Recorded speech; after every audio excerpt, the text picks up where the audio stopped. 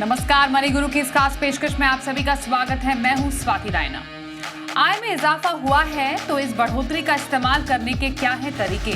क्या अतिरिक्त पैसों को कर्ज चुकता करने में लगाएं या फिर कहीं निवेश करके मुनाफा कमाएं? इसी पर रहने वाली है खास चर्चा। हमारे साथ हैं दो खास experts, Hemant Rustagi, CEO Wise Invest, और Poonam Rungta, certified financial planner.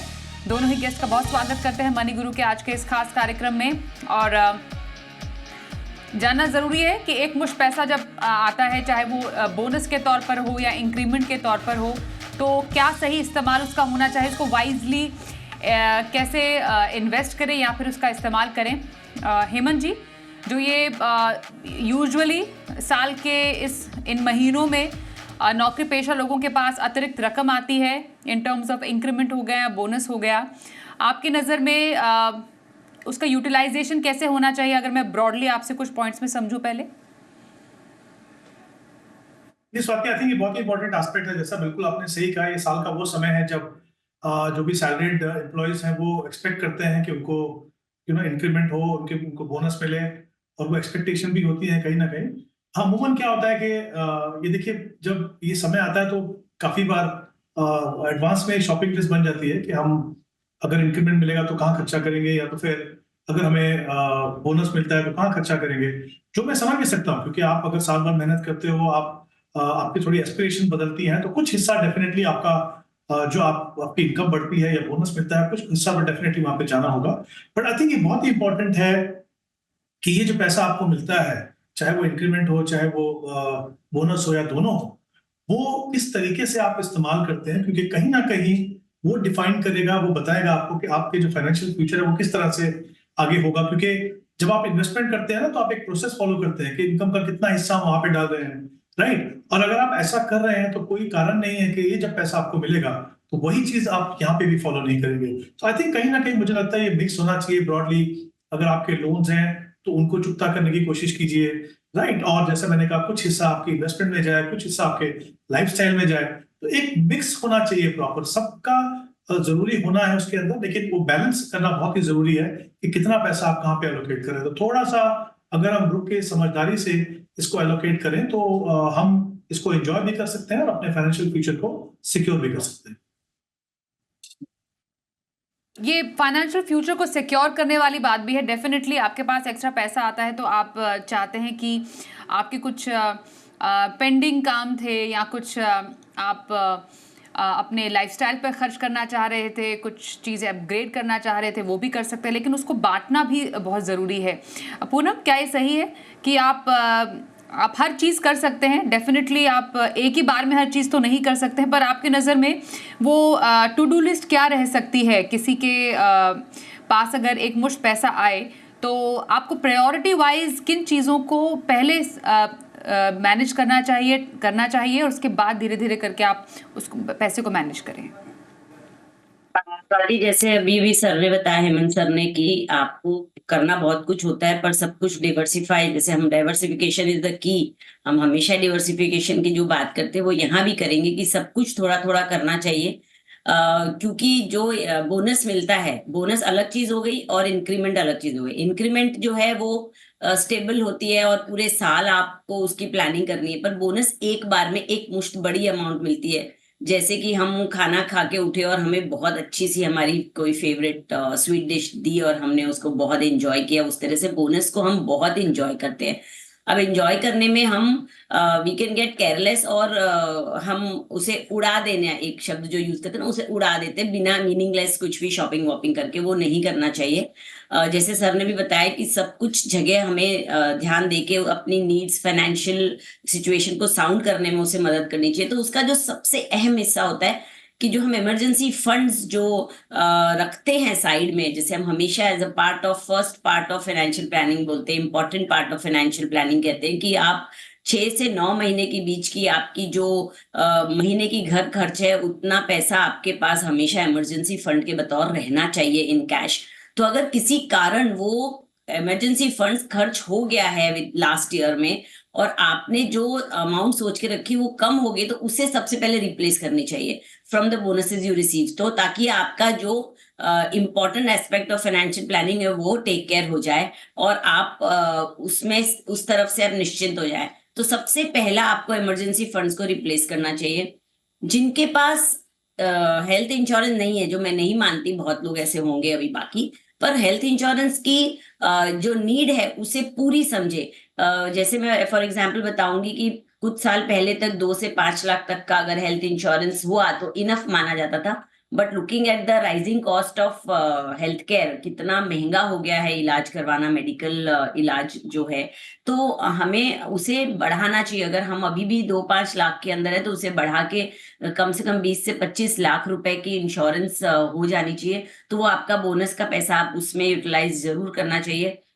फिर हम बढ़ते हैं आगे लाइफ इंश्योरेंस की तरफ, जो another important aspect of financial planning है। तो उसमें जैसे जैसे आपकी इनकम बढ़ती है तो ह्यूमन लाइफ वैल्यू, जिसे जिसको फाइनेंशियल तौर में हम कहते हैं कि इंसान की जो फाइनेंशियल कीमत है वो आंकनी चाहिए, रिव्यू करनी चाहिए। जैसे जैसे आपकी इंक्रीमेंट होती है, लायबिलिटीज बढ़ती है, तो आप को अपनी अपनी खुद की कीमत को आंक के, अगर आपके पास इंश्योरेंस उसमें कम पड़ रही है, जो हम थंब रूल के हिसाब से कहते हैं 25 टाइम्स ऑफ योर इनकम होनी चाहिए आपकी इंश्योरेंस, तो उसे आप टर्म इंश्योरेंस और खरीदें। उसके बाद जो आपका पैसा बचता है उसको आप जैसे हम हमेशा बात करते हैं बैड लोन्स और गुड लोन्स की, तो अगर हमारे बैड लोन्स कोई हैं हमारे ऊपर, जैसे कि पर्सनल लोन हो गए, या गुड लोन के कैटेगरी में तो नहीं, बट एजुकेशन लोन अगर कोई है, बच्चे के लिए आपने ले रखा है, इस तरह के कोई क्रेडिट कार्ड लोन है, तो उसे सबसे पहले पूरा कर दीजिए, क्योंकि उनकी जो इंटरेस्ट रेट है वो इतनी हाई है कि वो एक ट्रैप के जैसे आपके फाइनेंशियल हेल्थ को खत्म करती है। तो उसे आप करें, और साथ ही जो गुड लोन है, जो आपका होम लोन है, उसमें भी कुछ ना कुछ तरीके का रीपेमेंट कर सकते हैं, ताकि जो आपका इंटरेस्ट पोर्शन है वो काफी कम हो जाए over a period of time, वो आपको आगे चल के बहुत फायदा देगा। तो ये आप जरूर कर सकते हैं। फिर टैक्स सेविंग इंस्ट्रूमेंट में जो लमसम करने हैं वो आप अपने बोनस से पूरा कर सकते हैं, जैसे कि आप एनपीएस में एक्स्ट्रा 50,000 का निवेश करके आप टैक्स बचा सकते हैं। पर ये आपको देखना होगा कि आप न्यू टैक्स रेजिम में है या ओल्ड टैक्स रेजिम में, क्योंकि ओल्ड टैक्स रेजिम में ये सब फायदे मिलेंगे, न्यू में तो आपको कोई डिडक्शन है नहीं। उसके बाद में आप किसी तरीके का अपना करियर एनहांसमेंट के लिए अगर कोई महंगा कोर्स करना चाहते हैं या कोई तरीके का प्रोग्राम ज्वाइन करना चाहते हैं, तो वो भी आप बोनस से कर सकते हैं।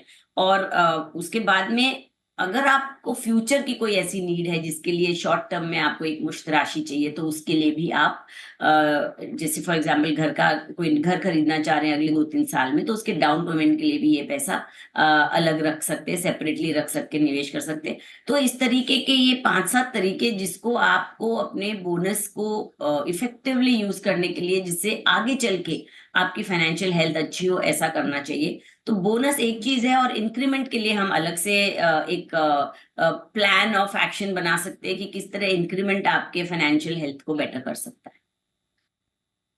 बिल्कुल, ये क्लियरली समझना ज़रूरी है। इंक्रीमेंट मीन्स आप हर साल कोई ना एक पर्टिकुलर अमाउंट से आपकी जो सैलरी है वो बढ़ती है, और जो बेसिक अमाउंट है बढ़ता है, और बोनस जो एक मुश्त पैसा आपको मिलता है, वो इकट्ठा जो हुआ पैसा है उसको आप कहाँ पर इस्तेमाल करेंगे। अब जब सैलरी इंक्रीमेंट होगा, बेसिकली जो बढ़ोतरी होगी वो ओवरऑल बढ़ोतरी होती है, वो कंटिन्यूसली आगे बढ़ती रहती है, जो कि आप फिर उसके हिसाब से अपने निवेश को आगे बढ़ा सकते हैं। ऐसा पूनम ने भी जो हमें बताया। ये जो एक जिक्र यहाँ पर हुआ है हेमंत जी, कि आप कैसे स्मार्टली इस पैसे को मैनेज कर सकते हैं। यूजुअली ऐसा हमने देखा है कि जब इकट्ठा पैसा आता है लोगों के हाथ में, वो चाहते हैं कि सबसे पहले जो उनके ऊपर कर्ज है या भी किसी तरीके का कोई बिल है, जैसे मसलन क्रेडिट कार्ड का बिल, उसको निपटा दिया जाए, क्योंकि वो चाहते नहीं कि बोझ उनका पड़ा रहे। तो क्या ये एक स्मार्ट मूव रहेगी कि आप सबसे पहले अपने ऊपर कोई किसी तरीके के कर्ज को जितना पे ऑफ कर सके, जितना भी अमाउंट है आपका, सारा नहीं तो कुछ अमाउंट से उसको पे करें? क्या वो एक प्रायोरिटी रहनी चाहिए लोगों की? इस बात की कहती है ये बहुत ही इंपॉर्टेंट एस्पेक्ट है, क्योंकि देखिए क्या होता है कि क्योंकि हम यहाँ बात कर रहे हैं एनुअल इंक्रीमेंट की, हम यहाँ बात कर रहे हैं बोनस की, तो ऑब्वियसली जो इंक्रीमेंट आपको मिलता है वो रेगुलर मिलता है। ऑब्वियसली मान लीजिए आपको 10% या 15% का इंक्रीमेंट मिला तो वो हर महीने आपको मिलता है। बोनस का जो अमाउंट है, क्योंकि आपको लमसम मिलता है, और काफी सारी चीजें ऐसी होती हैं जो आप पूरी नहीं कर पाते हैं क्योंकि आपके पास एक मुश्त रकम नहीं होती है। और जब आपके पास एक लमसम पैसा आता है तो कहीं ना कहीं आपको मौका मिलता है कि आप उन चीजों को रिविजिट करें और कोशिश करें कि उन चीजों को आप पूरा कर सकें। जैसे हमने बात की पर्सनल लोन या फिर क्रेडिट कार्ड लोन, आप क्यों लेंगे? आप तभी लेंगे जब आपके पास रेगुलरली जो इनकम है उससे आपके पास उतना पैसा जमा नहीं हुआ है या उतना पैसा नहीं है आपके पास कि आपको मजबूरन जो है ये इस तरह के लोन लेने पड़ते हैं। और जैसा कि हम जानते हैं कि पर्सनल लोन में इंटरेस्ट रेट काफी हाई है और ऑफ कोर्स क्रेडिट कार्ड में तो आउटस्टैंडिंग में तो बहुत ज्यादा आपको पे करना पड़ता है। तो कहीं ना कहीं उससे आपके जो फाइनेंशियल जो कंडीशन है उसके ऊपर इम्पैक्ट पड़ता है, क्योंकि जब आप इतना बड़ा इंटरेस्ट पे कर रहे हैं तो कहीं ना कहीं वो जो पैसा आपकी इनकम से ही जाएगा, राइट? अगर आप इनकम से पैसा काफी यहाँ पे डाइवर्ट करेंगे तो फिर आपकी जो फ्यूचर की रिक्वायरमेंट है, फ्यूचर की जो नीड्स है वो कहाँ से पूरी होगी? तो कहीं ना कहीं आप दोनों तरफ से कंप्रोमाइज करते हैं, राइट? तो जब आपको एक बोनस अमाउंट मिलता है तो obviously it all depends on कितना पैसा मिलता है, कितनी आपकी लाइबिलिटीज है। तो ऐसा नहीं है, जैसा आपने शुरुआत में भी कहा कि सब कुछ चीजें आप एक ही साल में कर लेंगे। इंपॉर्टेंट है अच्छी आदतें डालना। कभी कभी क्या होता है, ये पर्सनल लोन, ये जो क्रेडिट कार्ड आउटस्टैंडिंग कभी मजबूरी में भी होते हैं, बट काफी बार, ज्यादातर वो इसीलिए होते हैं कि कहीं ना कहीं हम अलर्ट नहीं है, हम थोड़ा सा प्लान नहीं करते, राइट? इम्पल्सिव जो स्पेंडिंग हम करते हैं उससे हम इस सिचुएशन के अंदर आते हैं। तो मुझे लगता है जो लमसम पैसा आपको मिलता है बोनस से, वो आपको एक मौका देता है कि आपसे जो गलतियां हुई हैं, जो जो कुछ चीजें आपने की हैं जो नहीं करनी चाहिए, उसको ठीक करने का मौका मिलता है। तो कहीं ना कहीं आपकी जो प्रायोरिटी है वो इन लोन्स को, स्पेशली जहाँ पे हाई इंटरेस्ट रेट है, वो होनी चाहिए।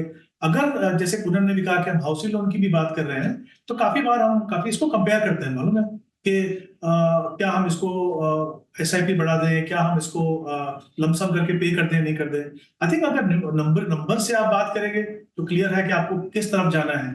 मेरा ये मानना है कि अगर आपको अपनी इंटरेस्ट बर्डन को कम करना है, आप अपने लोन्स को कम करना चाहते हो, वो करिए, लेकिन वो तभी करिए, स्पेशली हाउसिंग लोन को तो तभी करिए आप जब आपके पास जो आपकी इन्वेस्टमेंट है उनकी जरूरतों का पैसा है। ऐसा नहीं हो कि आप पूरा का पूरा ध्यान हाउसिंग लोन को रीपे करने में लगा दें और जो बाकी जो गोल्स हैं वो रह जाए। But personal loan, credit card loan जो बहुत महंगे लोन है और जो बिल्कुल नहीं होने चाहिए आपके पास, उनको डेफिनेटली आपकी प्रायोरिटी होनी चाहिए। और साथ में जैसे मैंने कहा, ऑफकोर्स वो पर्सनल सिचुएशन पर डिपेंड करता है, कुछ हिस्सा डेफिनेटली मुझे लगता है हर साल आपको बोनस में से अपने ऊपर भी खर्च करना चाहिए। तो दोनों चीजों का ध्यान रखें, बट ये डेफिनेटली प्रायोरिटी रहेगी।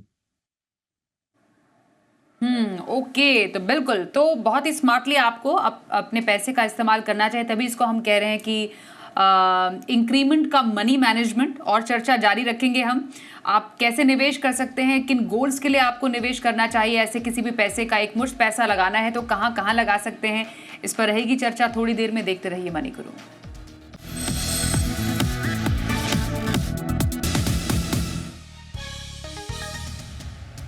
सैलरी इंक्रीमेंट का मनी मैनेजमेंट, बोनस का पैसा इंक्रीमेंट होता है सैलरी में, तो उस इंक्रीमेंट को आपको स्मार्टली कैसे यूज़ करना चाहिए आपके पर्सनल फाइनेंस डेवलपमेंट के लिए, आपके गोल्स के लिए, या फिर किसी कर्ज को निपटाने के लिए, इस पर हम खास चर्चा कर रहे हैं। हेमंत रुस्तगी, पूनम रूंगटा, दो एक्सपर्ट्स हमारे साथ हैं। अब जो पैसा इकट्ठा आया उससे पूनम, कई लोग चाहते हैं कि हम इस पैसे को कहीं निवेश कर दें, तो निवेश करने का तरीका क्या हो, सही तरीका क्या है? क्या जो इकट्ठा पैसा आता है, मानिए वो बल्क का पैसा, क्या एक ही जगह डाल देना चाहिए? आपने NPS का जैसे जिक्र किया था, डेफिनेटली वहाँ पर आपको निवेश का फायदा भी मिल रहा है, टैक्स बेनिफिट भी मिल रहा है। किसी को SIP करनी है तो क्या एक मुश्त पैसे डाल दें, SIP कर लें? ये कुछ सवाल लोगों के मन में आते हैं, तो वो पैसा इन्वेस्ट करने का सही तरीका क्या रह सकता है? स्वाति, जैसे हम बार हम बात कर रहे हैं कि इंक्रीमेंट मीन्स फॉरएवर आपको एक सैलरी में इंक्रीज होगा और एक स्टेबल इनकम है कि आपको पता है कि आपकी सैलरी किस तरीके से बढ़ी है। तो उस इंक्रीमेंट का मुझे लगता है कि सबसे इफेक्टिव तरीका है SIP टॉपअप करना, जो आपकी ऑनगोइंग SIP का पोर्टफोलियो है।